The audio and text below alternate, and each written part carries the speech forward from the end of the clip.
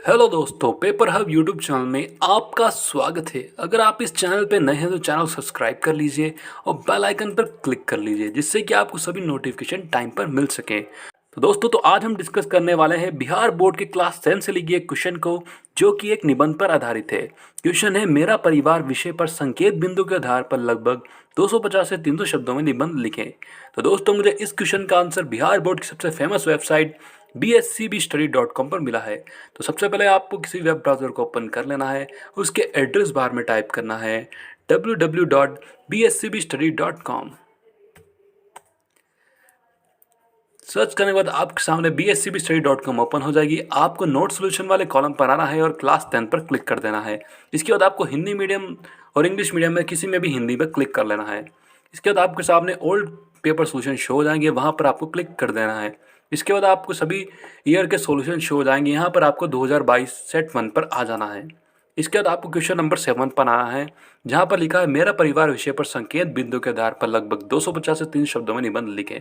इस पर आप क्लिक कर दें। अगर दोस्तों आपको सीधा इसी पेज पे आना है तो मैंने डिस्क्रिप्शन में एक लिंक दिया है, वहाँ क्लिक करके आप सीधा इस पेज पर आ सकते हैं। तो क्वेश्चन है, मेरा परिवार विषय पर संकेत बिंदु के आधार पर लगभग 250 से 300 शब्दों में निबंध लिखें।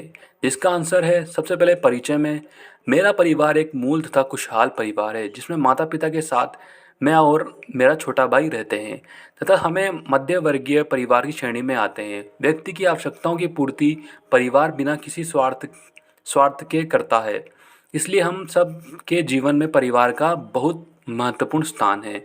परिवार के स्नेह का महत्व, यह आवश्यक है कि परिवार के मध्य बड़े हो रहे बच्चों को स्नेह दिया जाए तथा सही तरीके से उनकी देखभाल की जाए। हम अपने भावनाओं को परिवार के साथ बांटते हैं, पर जब परिवार ही हमारे साथ सही व्यवहार ना करे तो हमारे व्यक्तित्व में अनेक प्रकार के विकार उत्पन्न हो जाते हैं तथा वह व्यक्ति जो अपराध की ओर अग्रसर करते हैं। इसलिए परिवार में स्नेह का बहुत ही महत्व है।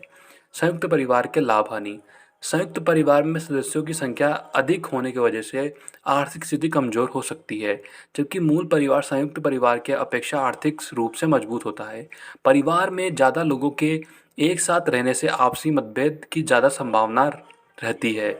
इससे विपरीत मूल परिवार में लड़ाई झगड़े कम होते हैं। संयुक्त परिवार में कभी कभी एक दूसरे की तुलना में कम आमदनी प्राप्त करने की वजह से लोग खुद को छोटा महसूस करने लगते हैं तथा ज़्यादा आमदनी प्राप्त करने वाले गलत मार्ग का चयन कर लेते हैं। मूल परिवार में व्यक्ति खुद की तुलना में अन्य से नहीं करता है। व्यक्ति अपनी आमदनी में जीतन सुख सुविधाओं मूल परिवार में अपने बच्चे को दे सकता है, उतना वह संयुक्त परिवार में अपने बच्चे को नहीं दे पाता है। मूल परिवार में व्यक्ति कम पैसे में ही अपने परिवार का पालन पोषण सही प्रकार से कर पाता है। छोटे परिवार के लाभ और हानि, परिवार की खुशियों इस बात पर निर्भर करती है कि इसमें कितने सदस्य हैं। यह संतुष्टि मौद्रिक ही नहीं बल्कि मनोवैज्ञानिक रूप से भी होनी चाहिए। इन आवश्यकताओं के अलावा परिवार में प्यार और भावनात्मक जुड़ाव भी होना आवश्यक है। छोटे परिवार में माता पिता अपनी सीमित साधनों के साथ भी अपने बच्चों की आवश्यकताओं को अच्छे से पूरा कर सकते हैं। इसमें परिवार को संभालने के लिए किसी को मिलीनियर होने की आवश्यकता नहीं, बस उनको अपने पेरोलों को और अपने खर्चों में कटौती की आवश्यकता है। अतः मैं इस कथन से पूरी तरह सहमत हूँ कि एक छोटा परिवार सुखद परिवार होता है। एक छोटे परिवार में जन्म लेने वाले और पलने वाले बच्चे अजनबियों के साथ बातचीत करने और उनके सामने होने थोड़ा हिचकिचाते हैं। जब वे वयस्क होते हैं तो यह एक सबल बड़ी खामी हो सकती है। एक छोटे परिवार में अपना जीवन व्यतीत करने के बाद वे अपनी किसी भी चीज़ को औरों के साथ साझा नहीं करते हैं, जो कि बड़े व्यक्तित्व दोष है। एक छोटे परिवार में माता पिता अपने बच्चों पर ज़्यादा ध्यान देते हैं, जो कि बच्चों के रवैया बिगाड़ सकता है। निष्कर्ष, बच्चा भविष्य में क्या बनेगा यह पूर्ण रूप से बच्चे के परिवार पर निर्भर करता है। सही मार्गदर्शन की मदद से पढ़ाई में कमज़ोर बच्चा भविष्य में सफलता की आयाम को चूमता है। इसके विपरीत मेधावी छात्र गलत मार्ग के दर्शन की वजह से अपना लक्ष्य भूल जाता है तथा जीवन के कहीं पीछे छूट जाता है। दोस्तों, तो आपको इस क्वेश्चन का आंसर मिल गया होगा। अगर आपको इसी तरह किसी और क्वेश्चन के आंसर के सॉल्यूशन चाहिए तो आप इस वेबसाइट को विजिट कर सकते हैं। अगर दोस्तों वीडियो अच्छा लगा तो वीडियो को लाइक करें, शेयर करें। Thank you.